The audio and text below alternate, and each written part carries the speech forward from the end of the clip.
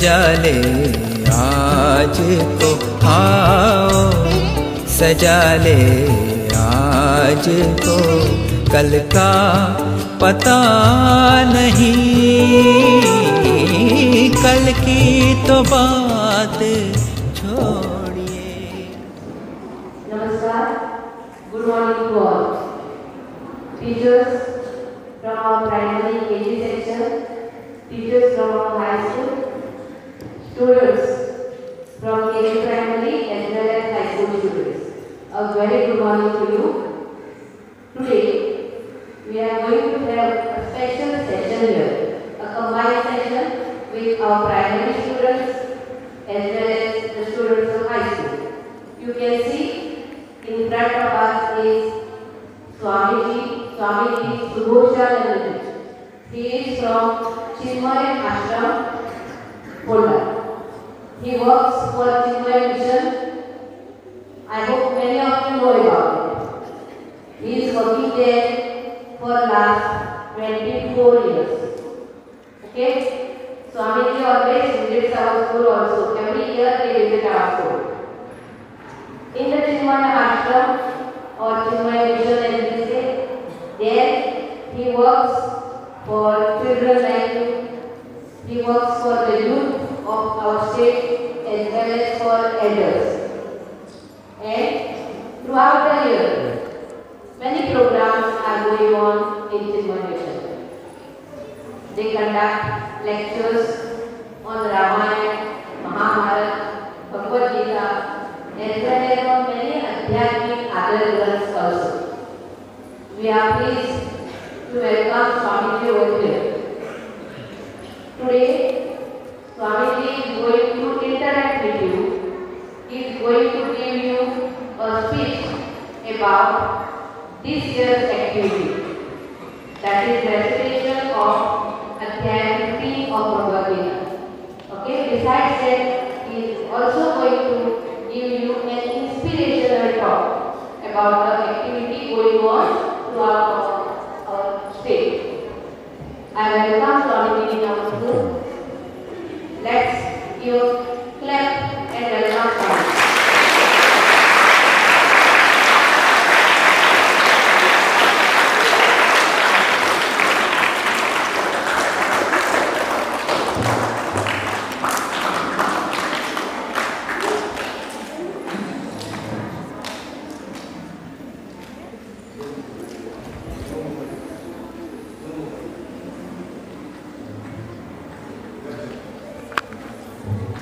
Hari Om. Hari Om. Yeah. Respected headmistress Beheri ji, all the staff members and my dear children, my Hari Om and pranams to all of you. Would you like me to speak in English or Marathi or Konkani or English or Hindi? Okay, आज मी मराठीतून बोलते, ठीक आहे? सगळ्यांना मराठी कळतं ना? Okay. आपण एक मिनिट देवाचं नाव घेऊया. वक्रतुंड महाकाय आणि गुरुर ब्रह्म सगळ्यांना येतात ना प्रार्थना? चला एकत्र सगळ्यांनी बसून म्हणूया एकत्र. वक्रतुंड महाकाय सूर्यकोटि समप्रभ निर्विघ्नं कुरु मे देव सर्वकार्येषु सर्वदा. गुरुर्ब्रह्मा गुरुर्विष्णुः गुरुर्देवो महेश्वरः गुरुः साक्षात् परं ब्रह्म तस्मै श्रीगुरवे नमः. समस्तजनकल्याणे निरतं करुणामयं नमामि चिन्मयं देवं सद्गुरुं ब्रह्मविद्वरं सद्गुरुं ब्रह्मविद्वरम्. एक चेयर घ्या आणि बसते. Take a chair and seat.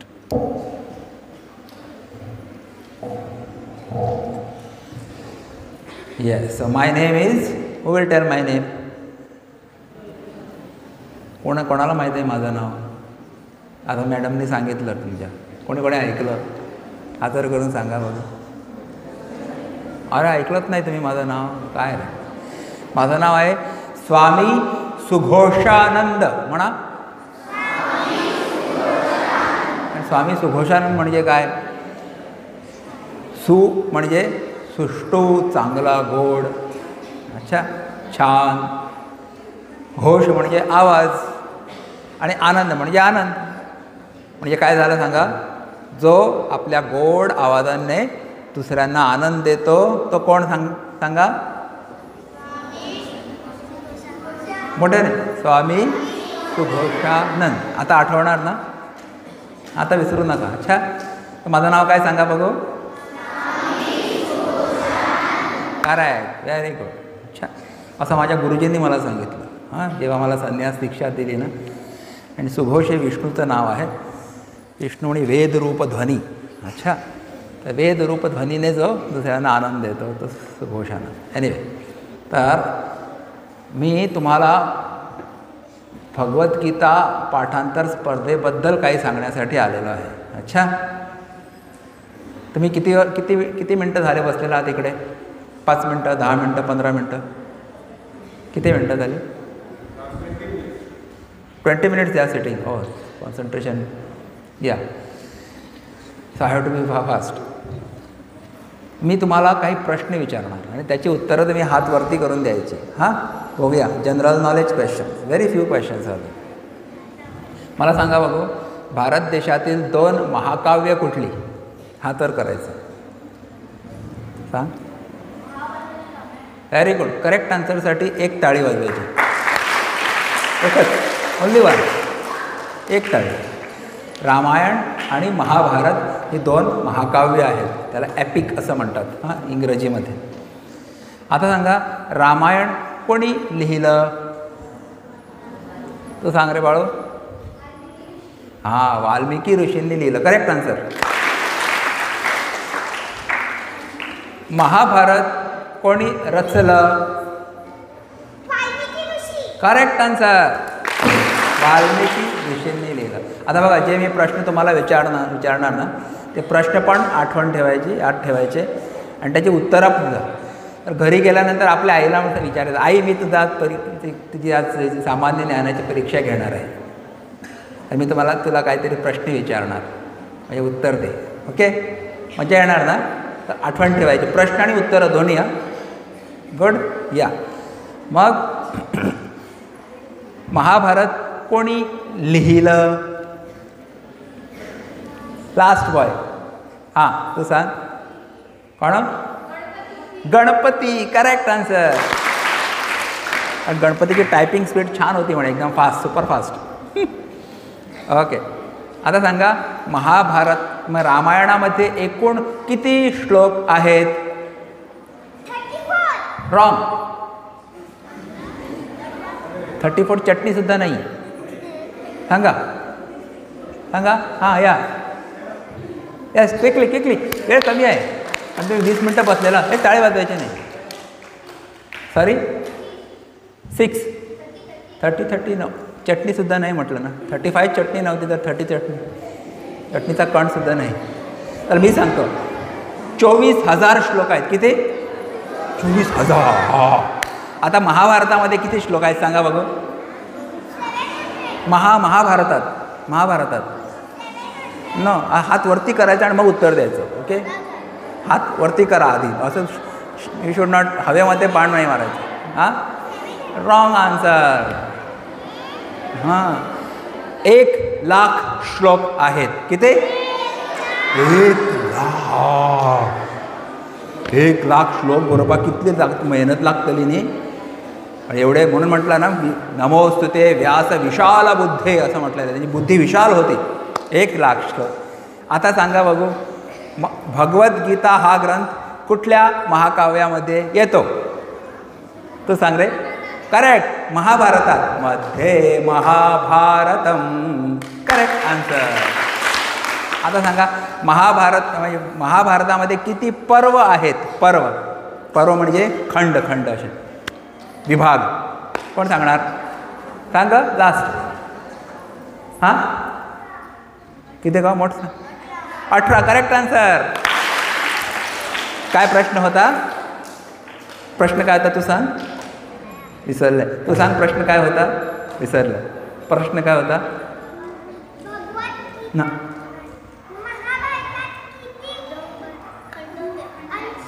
किती पर्व आहेत म्हणून म्हटलं प्रश्नांना सुद्धा ध्यान देऊन ऐका, लक्ष देऊन ऐका प्रश्न. हां, पर्व आहेत, पर्व. आता सांगा भगवद्गीतेमध्ये किती अध्याय आहेत? हात वरती करायचं, हात वरती. 18. तुझं नाव काय रे? राम. तू?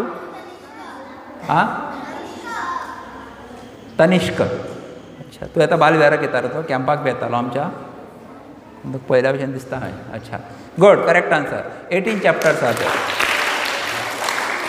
आता सांगा भगवद्गीतेमध्ये एकूण किती श्लोक आहेत? तू एकटाच उत्तर देतो परत परत. आता नवीन मुलं तू सांग रे.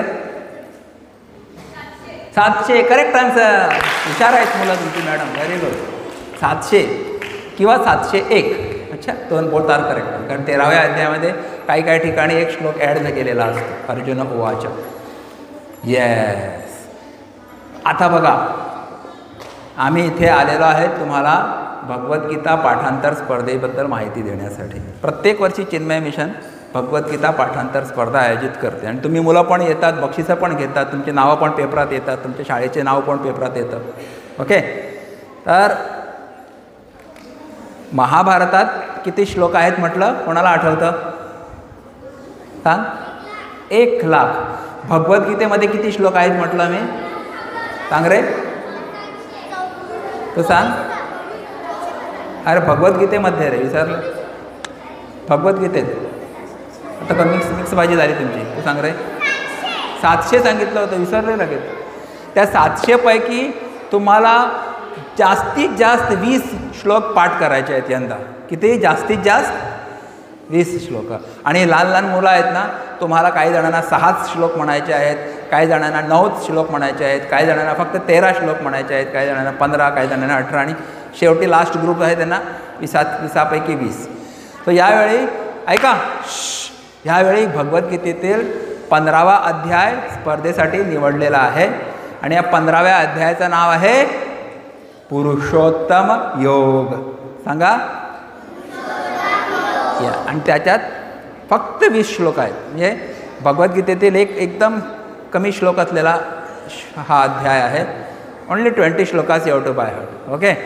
आता तुमच्यापैकी नेक्स्ट क्वेश्चन. भगवद्गीता कोणी कोणाला सांगितली? तर सांग. Very good. Correct answer. कृष्णाने अर्जुनाला सांगितली. कुठे सांगितली? कोण सांगणार? Next question.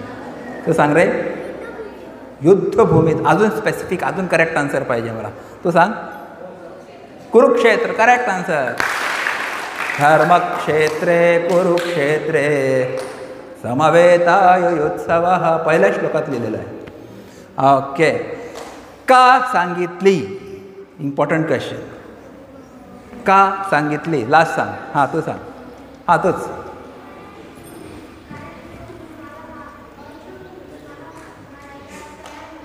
Correct. Very good.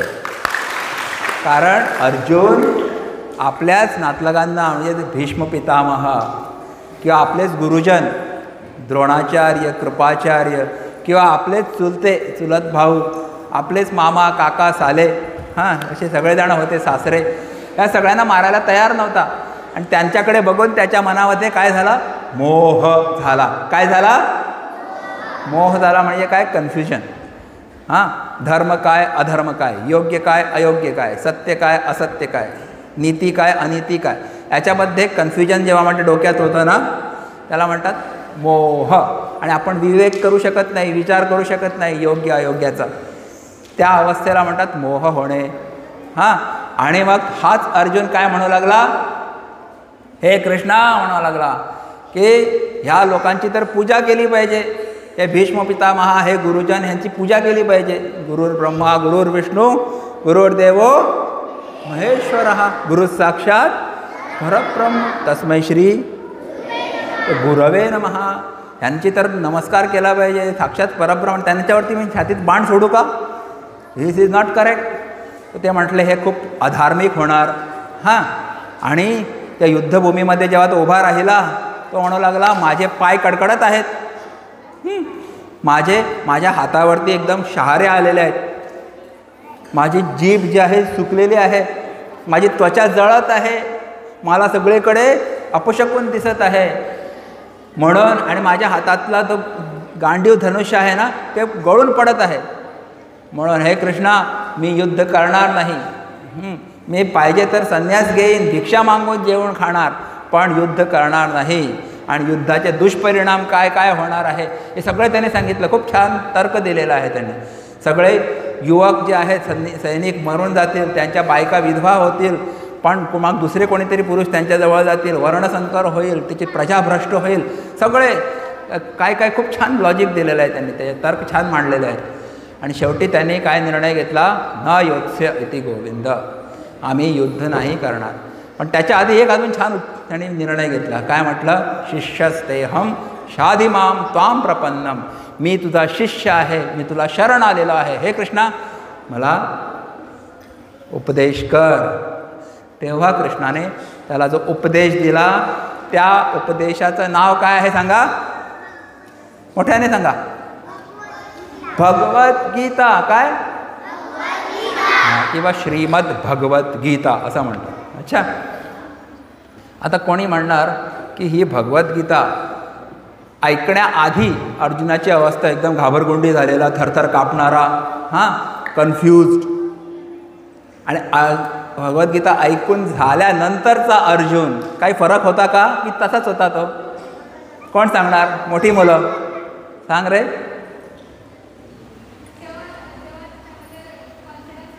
Very good, confidence आला. अच्छा, करेक्ट. आणि त्याने युद्ध केलं की युद्धापासून परावृत्त झाला तो? युद्ध केलं ना. युद्ध जिंकले का हरले? कौरव जिंकले की पांडव जिंकले? कोण सांगणार? पांडव जिंकले. Correct, yes. आता तुम्ही एक ॲडव्हर्टाइजमेंट बघितली असेल, जाहिरात येते ना पेपरामध्ये, ऐका हे थोडासा वेळ आहे आता, मग एक गोष्ट सांगणार तुम्हाला, मज्जा. पेपरामध्ये तुम्ही जाहिरात बघितली असेल ना, एकाच माणसाचे 2 फोटो असतात. पहिला फोटोमध्ये तो एकदम खड्डा असतो. खड्डा म्हणजे काय? गंजा असतो, गंजा. अच्छा, बाळ.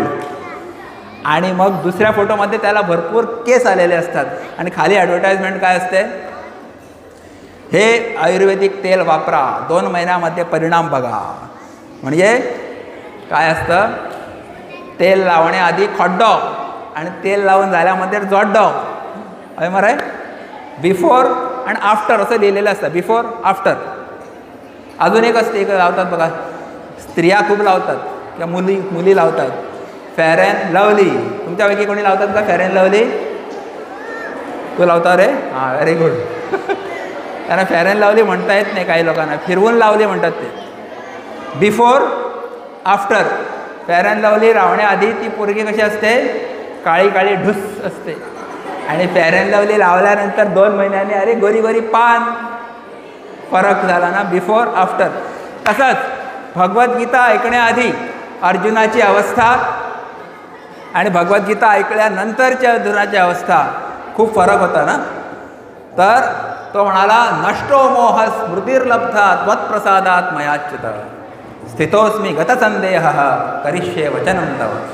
म्हणजे काय की माझे सगळे मोह नष्ट झालेले आहेत, मला सगळं स्मरण आलेलं आहे, माझा समोह नष्ट झालेला आहे, आणि आता तुम्ही जे सांगणार ते मी करायला तयार आहे. असा कोणी सांगितलं? अर्जुनाने. आणि त्याने आपले धनुष्यबाण हातात घेतलं. म्हणा कोणाला मारू सांगा म्हटलं, आत्ताच सोडतो बाण. आणि एकाला मारून सगळे खल्लास केलेले. सगळे अधर्माला सपोर्ट करत होते त्यांचे भीष्म पितामहा, पण इव्हन धृतराष्ट्र कोणते त्यांचे द्रोणाचार्य, गुरु कृपाचार्य, हे सगळे दे वर सपोर्टिंग अधर्म. कोण? तो कोण? तो दुर्योधन त्यांच्या पार्टीला सपोर्ट करत होते, ते अधार्मिक होते. मग त्यांना मारणं हे त्या क्षत्रियाचं कर्तव्य आहे, धर्मयुद्ध जगणं.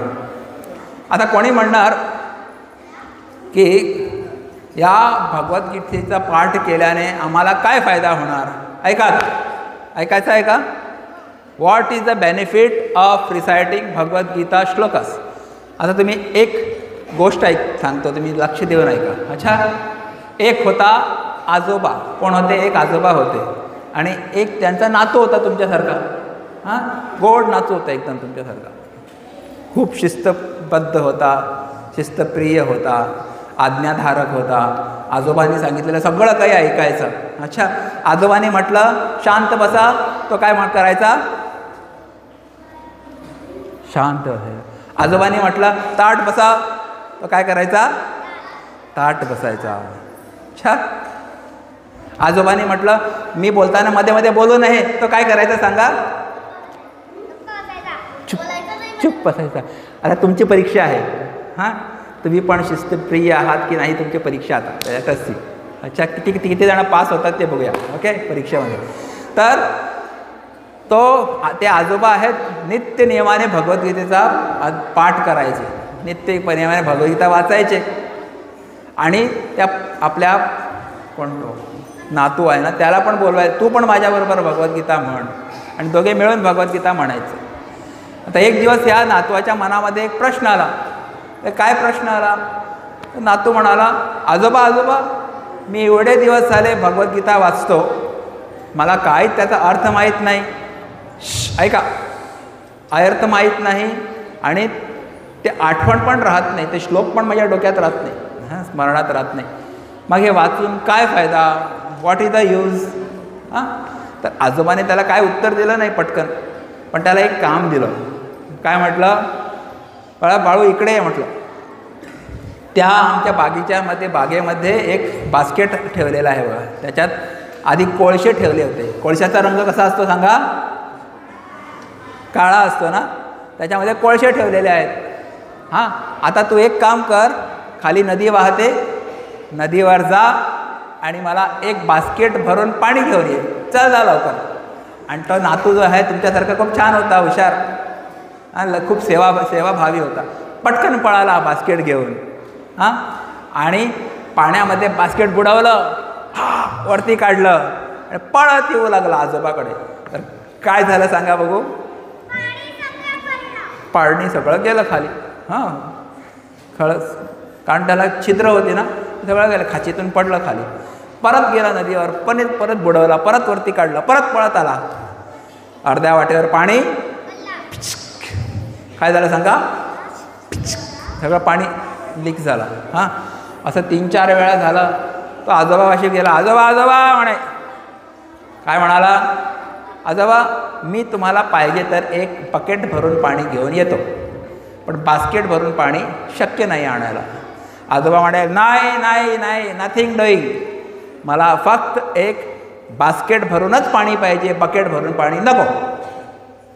हां, चल जा परत म्हणे. त्याला परत गेला पळून, उत्साह परत आला त्याच्यात.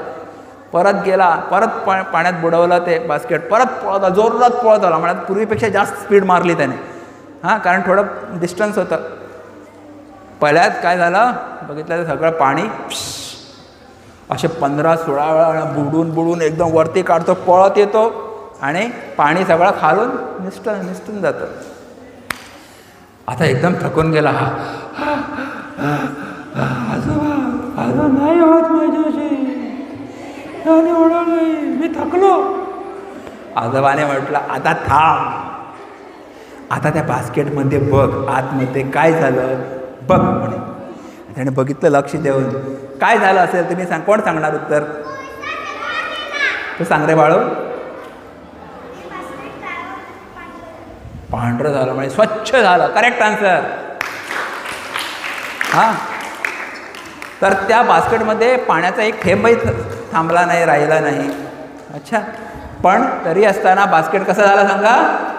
एकदम स्वच्छ, साफसुथरं, चकचकीत झालं. हो, तर म्हणाले अशाच प्रकारे इन द सेम वे जेव्हा तू भगवद्गीता पाठ करतो किंवा भगवद्गीताचं पारायण करतो, पठण करतो, जरी तुला त्याचा अर्थ समजत नाही, जरी तुला त्याची आठवण राहत नाही श्लोकांची, पण त्याचा फायदा काय होतो कोण सांगणार?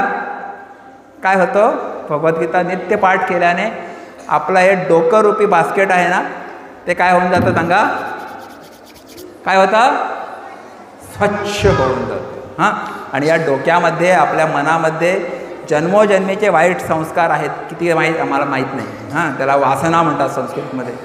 कितीतरी वाईटसना आपल्या डोक्यात भरलेल्या आहेत. त्या जर नष्ट करायच्या असेल आणि साफ करायच्या असेल तर कुठला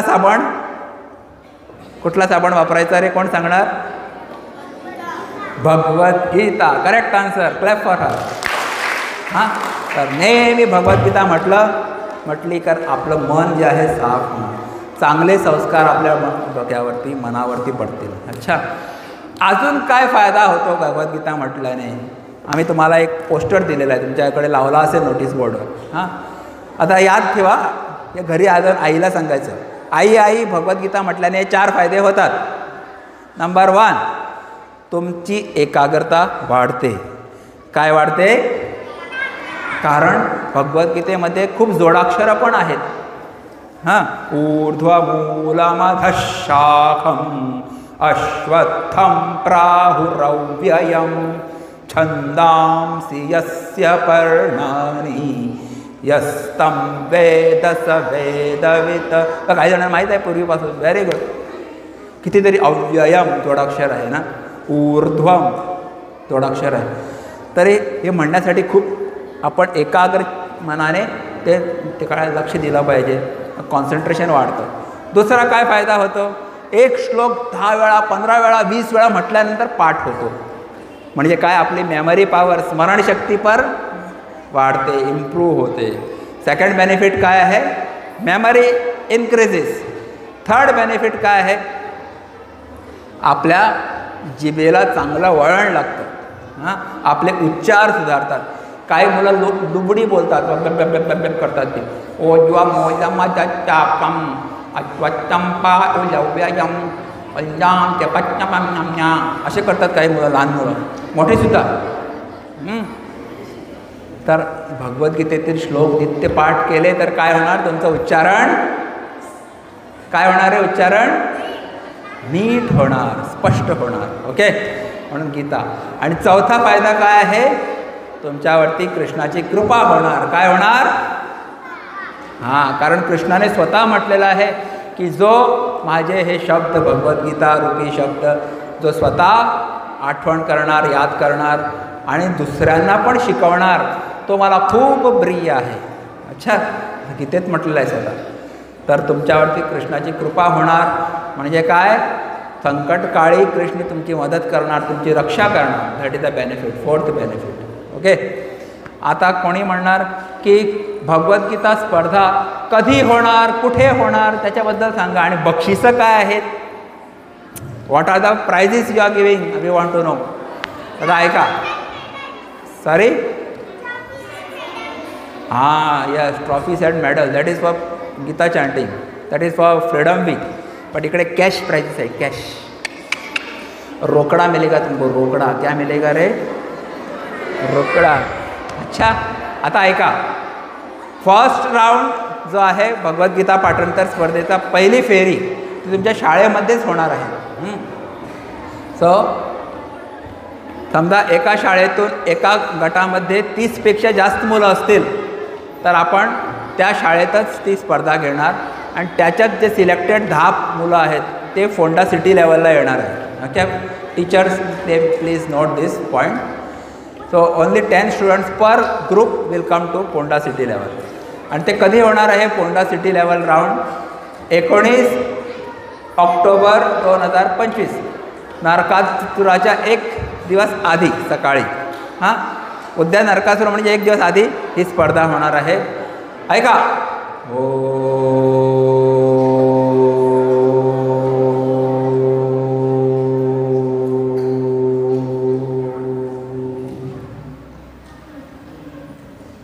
कधी होणार आहे स्पर्धा? 19 ऑक्टोबरला. हां, फर्स्ट राऊंड होणार.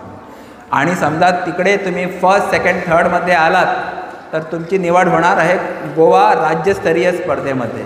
ती मडगावला होणार 26 ऑक्टोबरला. आणि तिकडे जर तुम्ही फर्स्ट अँड सेकंडमध्ये आला ना तर तुमची निवड होणार आहे नॅशनल लेवल. हां, राष्ट्रीय स्तरावरती स्पर्धा होणार आहे. मग भारतातील इतर राज्यातली मुलं तिकडे येणार. ते पुण्याला होणार आहे 29 आणि 30 नोव्हेंबरला. अच्छा, 1 महिना असेल. मी स्वतः तुमच्या खर्चाने तिकडे जायचं आहे. राहण्याची व्यवस्थेची आमच्या आश्रमाची असेल तिकडे. ओके, आता बक्षिसं काय मिळणार आहे बघा. स्पर्धेमध्ये प्रत्येक मुलाला काही ना काही भेटवस्तू मिळणार आहे. तुम्ही समजा आला, एकच श्लोक म्हटला, टीचर मला फक्त एकच श्लोक माहीत आहे, काय करू, म्हण एक श्लोक, ठीक आहे, सर्टिफिकेट. हां, एक सुद्धा श्लोक म्हटला तर काय मिळेल? Certificate, participation certificate. दुसरा काय आहे, प्रत्येकाला काहीतरी भेटवस्तू देणार आहे. Surprise, will not tell that, तिकडे मिळेल तुम्हाला. प्रत्येक पार्टिसिपंटला काहीतरी भेट. तुम्ही खाली हात जाणार नाही, हां, काहीतरी घेऊन जाणार, बरोबर. आणि थर्ड काय, तुम्ही एवढं बोरी होऊन आणि कुठून लांबून येणार आहे सगळी मुलं. तुमच्या खातीर कितें आसतलें, खावपाक आसतलें, रिफ्रेशमेंट, हां, खाऊ पिऊ. आणि जे first, second, third, fourth, fifth, six, seven, 7 पहिले 7 याच्यामध्ये जे नंबरमध्ये येणार आहेत त्यांना काय काय बक्षिसं मिळणार आहे बघा.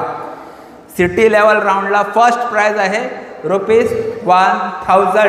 How much? 1000, 1000. दुसरा आहे ₹750, किती? 750.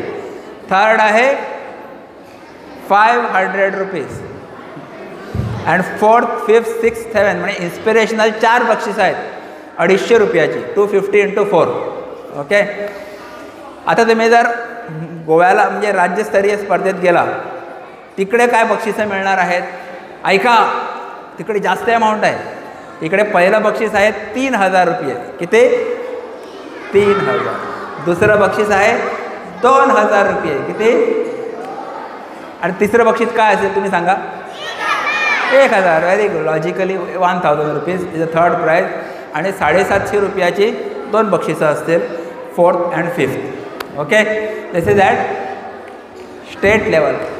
आता नॅशनल लेवलला तुम्ही जर पहिले, दुसरे, तिसरे आलात तर काय बक्षिसं? Any gas? एनी गॅसवर्क? अंदाज सांगा. पहिलं बक्षीस आहे ₹21,000, किती? 21,000 फर्स्ट बक्षीस. दुसरं बक्षीस आहे ₹15,000. आणि तिसरं बक्षीस आहे ₹11,000. आता तुम्ही बघा, तुम्ही प्रत्येक स्पर्धेत जर पहिला आला ना, तुम्हाला ₹25,000 एकूण मिळतील. 21 + 3000 + 1000, किती झाले? ₹25,000 तुमच्या खिशात. आणि this is for 1 group. Like that there are 6 groups.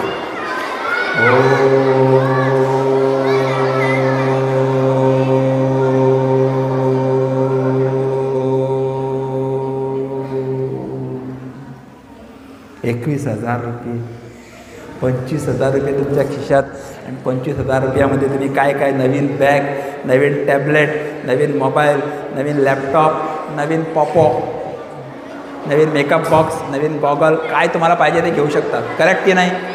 Yes yes. So आता मला सांगा, कोण भाग घेणार या स्पर्धेत?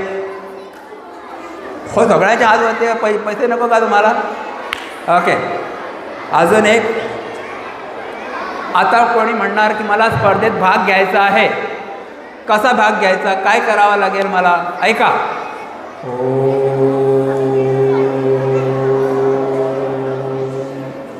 त्यासाठी आम्ही एक पोस्टर तयार केलेला आहे. हा बघितला का? किती जणांनी हा पोस्टर बघितला? नोटीस बोर्डवर, तुमच्या नोटीस बोर्डवर लावलेला असेल ना? करेक्ट ना? You see that. इकडे एक QR कोड म्हणून आहे. QR कोड माहीत आहे ना, आजकाल QR कोड वापरतात. Scan to register. याच्यावरती मोबाईल घेऊन गेला समजा तुम्ही, ओके, आणि तिकडे एक लिंक ओपन होते. तिकडे क्लिक केलं की रजिस्ट्रेशन फॉर्म ओपन होणार.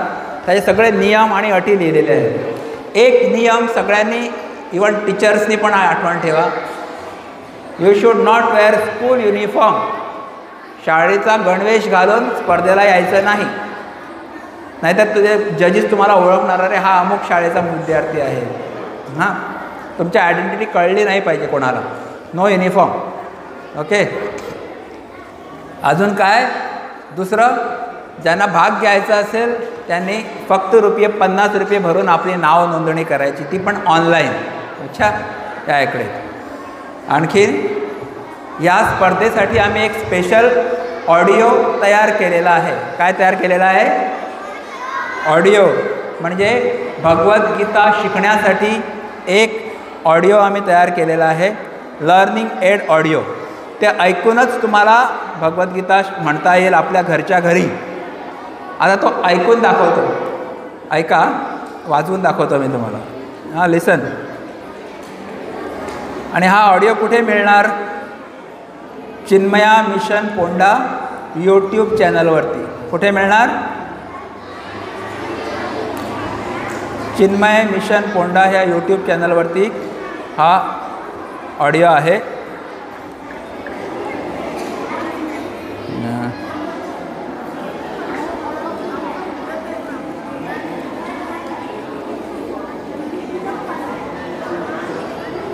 येस, बघा, ऐका. एक ओळ दोनदा म्हटलेली आहे. बघा.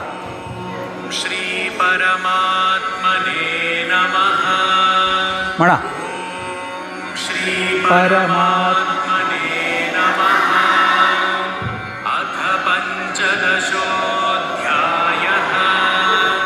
अथ पंचदशोऽध्यायः. श्री भगवानुवाच. श्री भगवानुवाच. ऊर्ध्वमूलमधः शाखम्. म्हणा. ऊर्ध्वमूलमधः शाखम्. अश्वत्थं प्राहुरव्ययम्. अश्वत्थं प्राहुरव्ययम्. छन्दांसि यस्य पर्णानि. छन्दांसि यस्य पर्णानि. यस्तं वेद स वेदवित्. यस्तं वेद स वेदवित्. Very good. तुम्हाला तर आधीच माहीत आहे. No problem. तुम्हाला लोकांना म्हणजे पूर्वीपासूनच माहीत आहे. डायरेक्ट भाग घ्यायचा सगळ्यांनी. अच्छा. सो एनिवे, याचं परीक्षण जे आहे या ऑडिओप्रमाणे होणार. म्हणजे टीचर शिकवणार आहेत त्यांच्याकडे मागणी आहे की तुम्ही या ऑडिओच्या नुसारच या चालीनेच शिकवा. असेच उच्चार ठेवा म्हणजे पुढे प्रॉब्लेम नाही होणार. अजून एक गोष्ट ऐकायची आहे. मॅडम कितला टाईम आता माझ्याकडे? 5 मिनिट्स. ओके. ही गोष्ट आहे मोठ्यांसाठी आहे. 2 मिनटात संपवतो. एकनाथ महाराजांची गोष्ट आहे. एकनाथ महाराज. पर ती गोष्ट सांगत नाही मी, दुसरी सांगतो. भगवद्गीतेमध्ये असं सांगितलेलं आहे की कुठलंही कर्म केल्यानंतर हे मी केलं असं म्हणू नका म्हणे.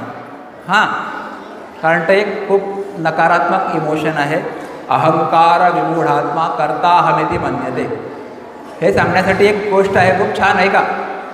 एक होता मूर्तिकार. कोण होता?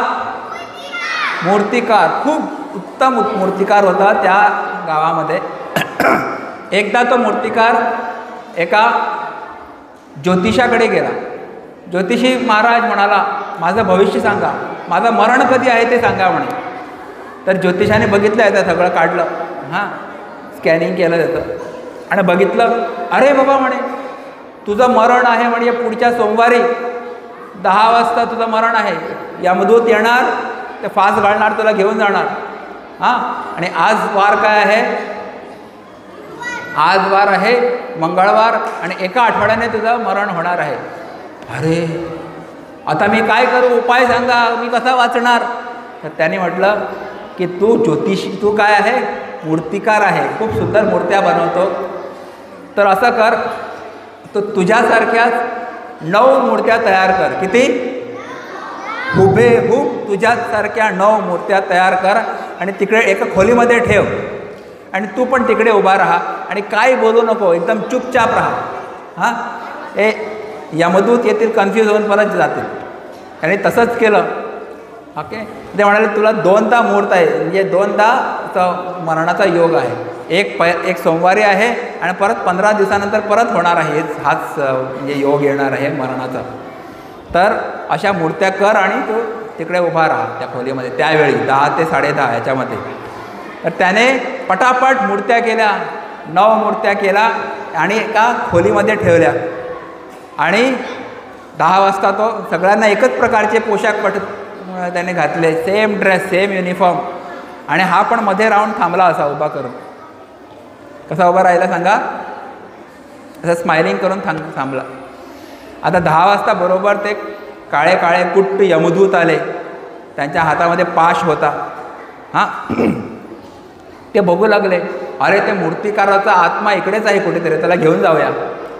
पण बघता काय झालं, त्याने 10 लोक बघितले एकासारखे, सेम मूर्तिकारासारखे दिसणारेच 10 लोक होते टोटल.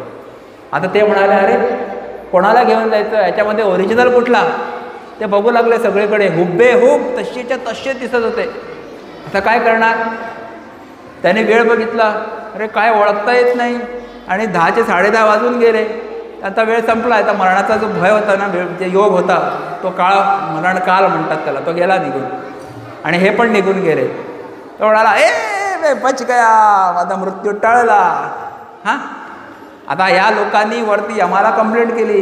यमराज त्यांचे बॉस आहेत ना, म्हणजे अशी घटना घडली म्हणे, आम्हाला कोणीतरी चकमा दिला, आम्ही ओळखूच शकलो नाही. एक हुबेहूब सेम मूर्त्या होत्या. आता परत काय रे, कधी आहे रे याचा योग? म्हणते म्हणाले, परत तुझा योग आहे, याचा मरणाचा अजून 15 दिवसांनी आहे. त्यावेळी यमराज म्हणाले, यावेळी मीच स्वतः जातो त्याला घेऊन यायला. आणि 15 दिवसानंतर परत तसंच झालं. त्या खोलीमध्ये हा उभा राहिला, 9 मूर्त्यामध्ये हा एकटा उभा राहिला. आणि यमराज स्वतः आले त्या रेड्यावरती, काळ्या काळ्या रेड्यावरती बसून. हां, आणि हातात त्याच्या ते चाबूक होता, त्याला पाश म्हणतात. असे ते गळ्यात घालतात आणि ओढतात असे करून. हां, जीव ओढतात माणसाला. आणि परत ते 11 वाजता तिकडे ते पोचले. 11 ते 11:30 योग होता, म्हणजे ते मरण काळ होता. हा आता ऐका काय झालं बघा. यमराज तिकडे गेले आणि बघू लागले, सगळीकडे एकाच प्रकारच्या मूर्ती आहेत, सेम टू सेम, डिट्टो. तसेच कपडे घातलेले, तसेच मेकअप केले, तसेच हेअरस्टाईल, सेम दिसतात मूर्ती. आता कसं ओळखायचं ओरिजिनल कोण आणि मूर्ती कुठली? कारण चुकीच्या ह्याच्या गळ्यात घातला तर गेला वेस्ट टाईम. हे ऑपॉर्च्युनिटी गेली, हा वाचणार. योग्य माणसाच्याच गळ्यात गेला पाहिजे तो पाश. आता हे विचार करतात. तेव्हा यमराजाने एक युक्ती सुचली. यमराज म्हणाला, अरे काय बुद्धिमान असेल हा माणूस. हां, किती छान मूर्त्या तयार केलेल्या आहेत, हुबेहूब ओरिजिनल मूर्त्या तयार आहेत. कोणी बरं काय केलं असेल हे? आणि हा पटकन उच्चारला, मी केलं यमराज, मी केलं साहेब, मी केलं. तू केलं? त्याच्या गळ्यात घातला, ये माझ्याबरोबर. आणि त्याला ओढून घेऊन गेला. तर मेला तिकडे. त्याचा प्राण तो ओढून घेऊन गेला. त्याने जर चुपचाप राहिलं असतं, काही सांगितलं नसतं तर वाचलं असतं. म्हणून काय म्हणतात की कुठलंही कार्य झाल्यानंतर मी केलं कधी म्हणू नका. कोणी केलं? सगळं त्या परमेश्वराने केलेलं आहे. हां, सगळं त्याच्या इच्छेने होतं, त्याच्या ज्ञानशक्तीने, इच्छाशक्तीने, क्रियाशक्तीने सगळं काय होत असतं. आपण मी केलं म्हणतो आणि त्रासात पडतो. म्हणून गीतेमध्ये म्हटलेलं आहे की अहंकार, कर्माचा कर्तृत्व, अभिमान त्याग करा. हां, असे खूप छान छान उपदेश गीतेमध्ये सांगितलेले आहेत. आता याच्यानंतर तुम्हाला अजून एका स्पर्धेबद्दल माहिती देण्यासाठी मी बोलवतो चिन्मय युवा केंद्राची सदस्य, कोऑर्डिनेटर कुमारी सेजल नाईक हिला.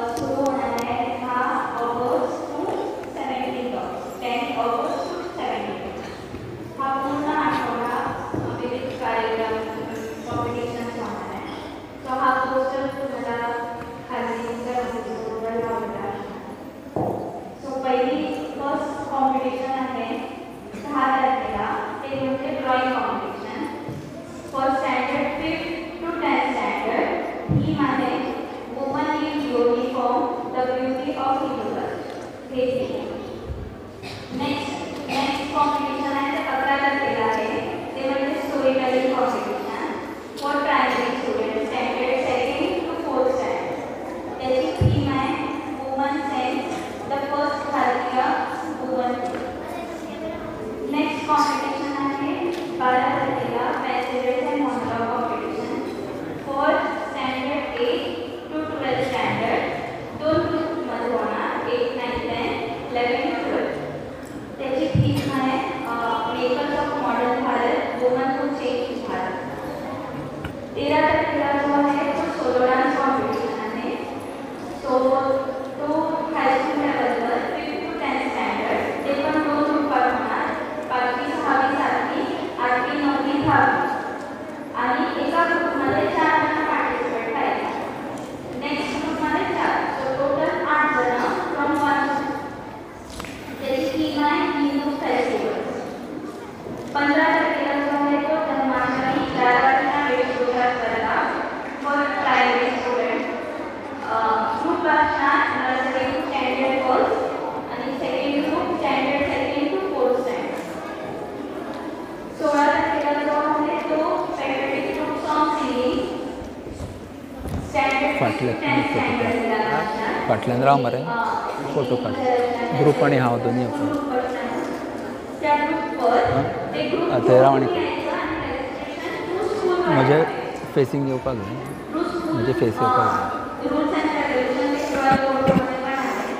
आणि 17 तारखेला सायकल घेणार for standard 7th and above. आणि थीम असणार काढ मरे फोटो काढ ना किती वेळ जाता. आफ्टर 10 किलोमीटर पण कोणत्या बस स्टँडवर जर स्वच्छ भारत करून परत रिटर्न आश्रमात आहे. सो ह्याच्या बाजूला कोड्स आहेत ते समज स्कॅन केल्यानंतर गुगल फॉर्म ओपन होणार.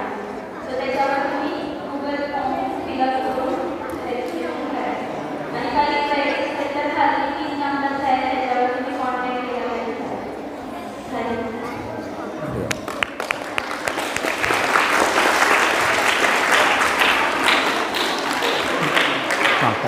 आडवे धरून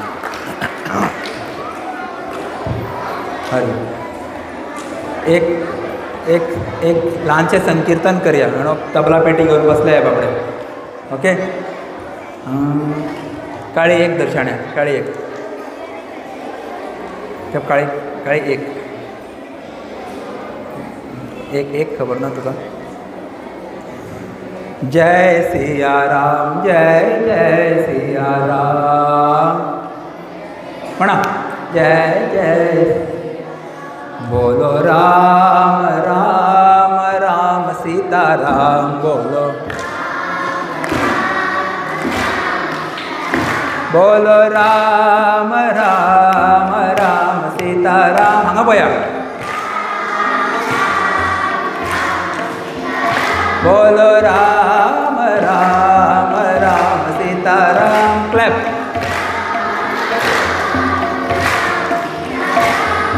जय सिया राम जय जय सिया राम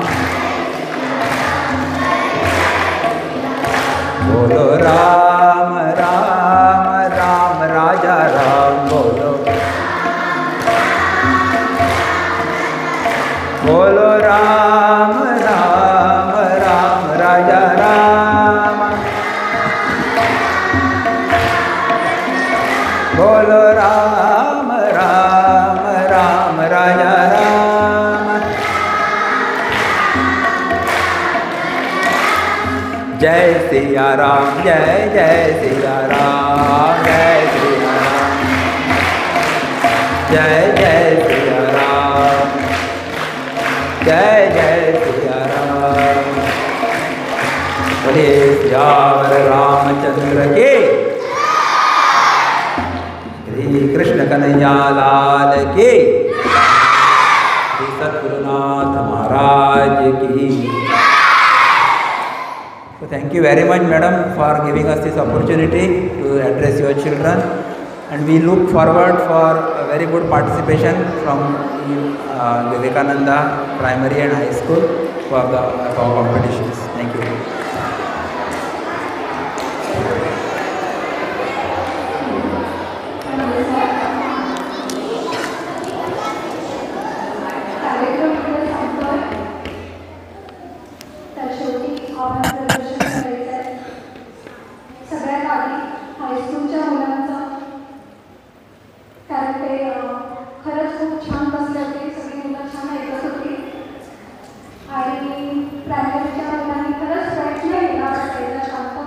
त्यांनी पण प्रयत्न केला, त्यामुळे त्यांचंही आभार.